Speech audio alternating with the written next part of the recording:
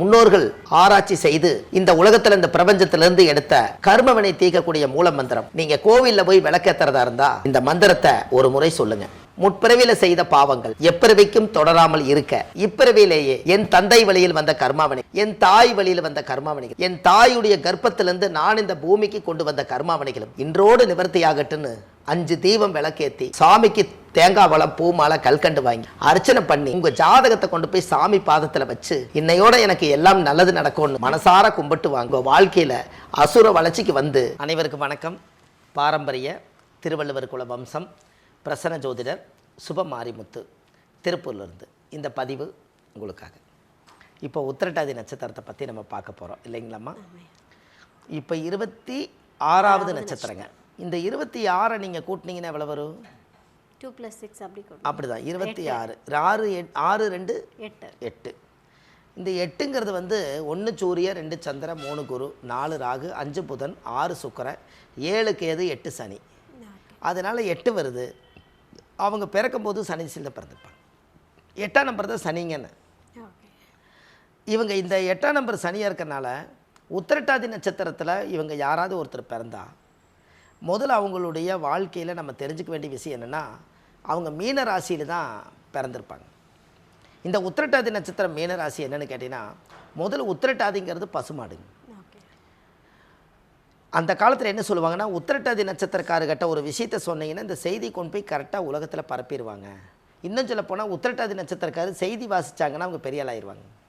ஏன்னா அவங்க தான் உலகத்துக்கு கொண்டு போய் நியூஸ் பரப்புறது அந்த உத்திரட்டாதி நட்சத்திரம் தான்.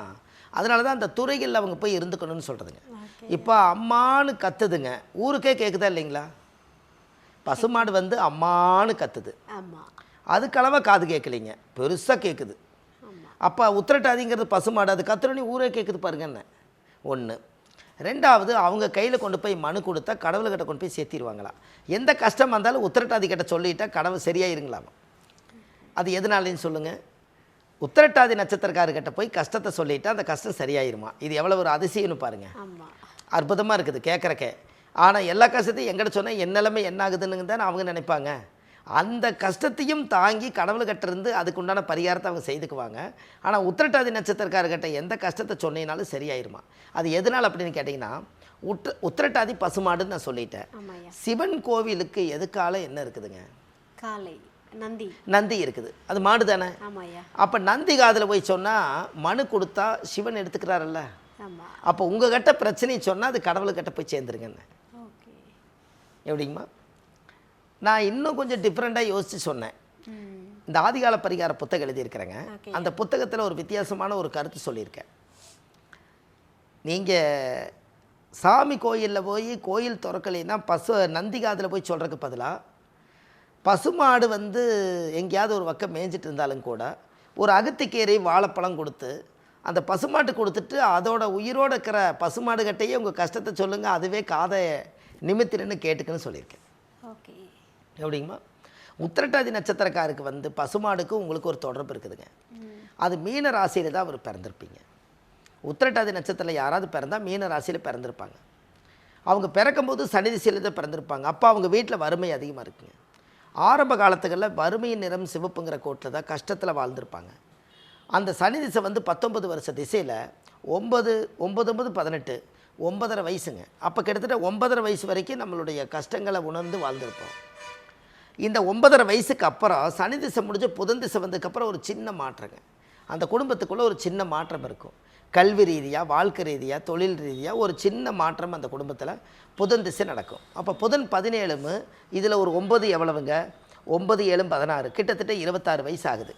இந்த உத்திரட்டாதி நட்சத்திரக்காரி 23 வயசுக்கு மேலே கல்யாணம் பண்ணிடுவாங்க. என்னங்கம்மா? 20 வயசுலேயே கல்யாண யோகம் வந்துருங்கன்னு. சிறு வயசுலேயே கல்யாண யோகம் வந்துடும். புதனே கல்யாணம் பண்ணி வச்சுருவாருங்க, கேதும் கல்யாணம் பண்ணி வச்சுருவார். இப்போ பாருங்கள், உங்களுக்கு வந்து சனி திசை 9 வருஷத்துக்கு அப்புறம் புதன் திசை 17 வருஷம், 17 9 26 ஆகி போச்சு. இவங்க 20 இளமையிலேயே கல்யாணம் பண்ணிடுவாங்கன்னு. ஏன்னா அந்த வீட்டில் சுக்கிரன் உச்சமாக இருப்பார். மீன ராசியில் சுக்கிரன் உச்சமாக இருப்பாருங்கன்னு. அவங்க தான் அந்த குடும்பத்தை உத்திரட்டாதி நட்சத்திரக்காரதை எல்லா சுமையும் எடுத்து நான் சுமக்கிறேன்னு சொல்லி அந்த குடும்பத்தில் குடும்ப பொறுப்பை எல்லாமே எடுத்துக்குவாங்களாம். அந்த உத்திரட்டாதி நட்சத்திரம் மீன ராசினா இரட்டை மீன் இருக்கும் பாருங்க, மீனத்தில் இருக்குதுங்களாம்மா. அப்போ ஒன்றோட ஒன்று வாழணுங்கிறதுக்காகத்தானே அந்த பிறவி வாங்கி வந்தோம். அப்போ இந்த சனி திசையில் அவங்களுடைய இது பாருங்கள், வாழ்நாள் முழுவதும் கடைசியில் மற்றவங்களுக்காகவே அந்த உத்திரட்டாதி நட்சத்திரம் வாழும், தனக்காக வாழாது. என்னங்க ஏன் அப்படின்னு கேட்டிங்கன்னா, ஒரு பசுமாடு போய் காலையில் இருந்து பொழுதா வரைக்கும் பில்லெல்லாம் சாப்பிட்டுட்டு வந்து கொஞ்சம் ஓய்வெடுக்கலான்னு நிற்கும்போது அந்த சாப்பிட்ட பாலை அப்போவே கறந்து அதை காசாக மாற்றி அந்த குடும்பத்தை பிழைக்க வச்சிட்றாங்க. அப்போ அந்த காலத்தில் சொல்கிறாங்க, நான் பால் விற்று மோர் விற்று தயிர் விற்று இந்த குழந்தையை வளர்த்துனேன்னு சொல்கிறாங்க இல்லைங்களா? சரி, பால் விற்று தயிர் விற்று மோர் விற்று வளர்த்துனேன்னு சொல்கிறீங்களே, இது எல்லாமே இந்த பால் எங்கிறது வந்தது? உத்திரட்டாதி நட்சத்திரம் பசுமாடு கட்டுறது தான் வந்தது. அப்போ பசுமாடு இருக்கிறது எல்லாமே கொடுத்துருச்சு. அப்போ அதுகிட்ட ஒன்றுமே இல்லை. அப்போ அது இருக்கிறது எல்லாமே கொடுத்துருச்சுன்னா அப்போ மக்களுக்காகத்தானே அந்த மாடு வாழுது. அப்போ உத்திரட்டாதி அப்படித்தானே அவங்க வாழ்க்கை, குழந்தைகளுக்காக வாழுவாங்க. ஏன்னா மீன ராசி இல்லைங்களா, அது குருவோட வீடு. குருன்னா குழந்தை, குழந்தைகளுக்காகவே வாழுவாங்க. குடும்ப வாழ்க்கை சரியில்லையாமல் போனாலும் கூட அதை சகிப்புத்தன்மையோடு எடுத்துக்கொண்டு கௌரவத்துக்காகவாது நம்ம குழந்தைகளுக்காக வாழ்ந்துறன்னு சொல்லி கிடைக்கிற சந்தோஷம் கிடைக்கலைனாலும் ஒரு வைராக்கியத்துக்காக உத்திரட்டாதி வாழ்ந்துடும். என்னங்கம்மா, இது எல்லாம் அவங்களுடைய பிறவி அதாவது என்ன சொல்கிறதுங்க, அவங்களோட பிறப்பில் எழுதப்பட்ட விதியை அப்படியே சொல்கிறேங்க. இதெல்லாம் ஒரு நீங்கள் உத்திரட்டாதி நட்சத்திரக்காரன் நல்லா இருக்கிறீங்களான்னு கேட்டால் முக்காடு போட்டு அழுவாங்கன்னு சொல்லியிருக்கேன் ஒரு யூடியூப்பில். ஏன்னு கேட்டால் நம்ம விடுற கண்ணீர் மற்றவங்களுக்கு தெரியக்கூடாதுங்களா. என்னங்க, ஏன்னு கேட்டால் அது என்ன ராசிங்க அது? மீன ராசி. Very good. மீன் தண்ணியில் அழுதா கரைக்கு தகவல் வருமா? தண்ணீரும் கண்ணீரும் தண்ணீரும் என்னங்க, கண்ணீர் தண்ணீரில் கலந்துருச்சுன்னா கண்ணீர் விட்டது தண்ணீருக்கு தெரியுமான்னு?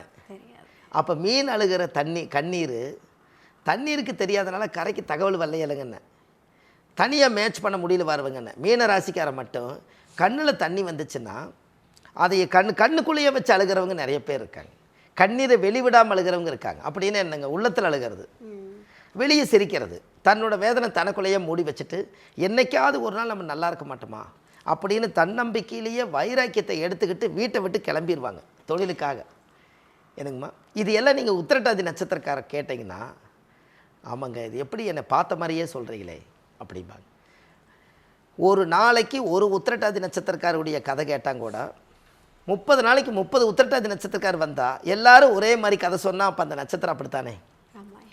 அப்போ பிறக்கும் போதே இப்படி எழுதப்பட்டது தானே. இந்த எழுத்தை மாற்றுறதுக்கு ஒரே வழி என்னென்னா, நம்ம மற்றவங்களுக்காகத்தான் வாழ்க்கையை அர்ப்பணிக்கிறோம்னு தெரியும் போது நமக்கு அளவாவது நம்மளுடைய ஒரு வட்டத்தை போட்டு நம்ம குழந்தைகளுக்கு சீக்கிரமாக பண காசுகளை சேர்த்தி அவங்களுக்கு ஒரு கரை சேர்த்தி விட்றக்கு அதுக்கு போய் நாளைக்கு கையேந்தாத அளவுக்கு நம்மளே ஒரு சரி செய்து இனிமேல் நீ இதுலேருந்து அப்படியே மேலே பொழைச்சிக்கன்னு சொல்லி ஒரு வழியை காமிச்சு கொடுக்க வரைக்கும் தாய் கஷ்டப்படுதுங்க. அதுக்கப்புறம் அது சம்பாதிக்க ஆரம்பிச்சிருச்சுன்னா தாய்க்கு விடுதலை வந்துடுமா. எப்படிங்கம்மா, இதான் உத்திரட்டாதி நட்சத்திரம். அது மீன ராசி இருக்கிறதுலையே கடைசி ராசி, கடைசியில் இருக்கக்கூடிய நட்சத்திரம் பாதம். உத்திரட்டாதி 25, 26 இல்லைங்களா? அப்போது இப்போ இதில் கணக்கு போடுங்க. அப்போது இந்த சனி திசை வந்து 19 வருஷத்தில் 8.5 வருஷம், புதன் 1 17, 17 ஒரு 9 26, அப்போ 26க்கு மேலே புதன் முடிஞ்சு கேதுல கல்யாணம். கேதுங்கும்போது கிட்டத்தட்ட பார்த்தீங்கன்னா 26 ஒரு 7 33. அப்போ 33 வயசுக்குள்ளே அவங்களுக்கு கல்யாணம் முடிஞ்சிருது. சுக்கிர திசை 20 வருஷம். இந்த சுக்கிர திசை வேணால் உத்திரட்டாதி நட்சத்திரக்காருக்கு அமோகமான யோகம்ங்க. எப்படி ஏன் அப்படின்னு கேட்டிங்கன்னா, சனி திசை முடிஞ்சு புதன் திசை முடிஞ்சு கேது முடிஞ்சு சுக்கிர திசை வரும். இது எப்போ வரும்? 9 வயசில் சனி திசை போயிடும்.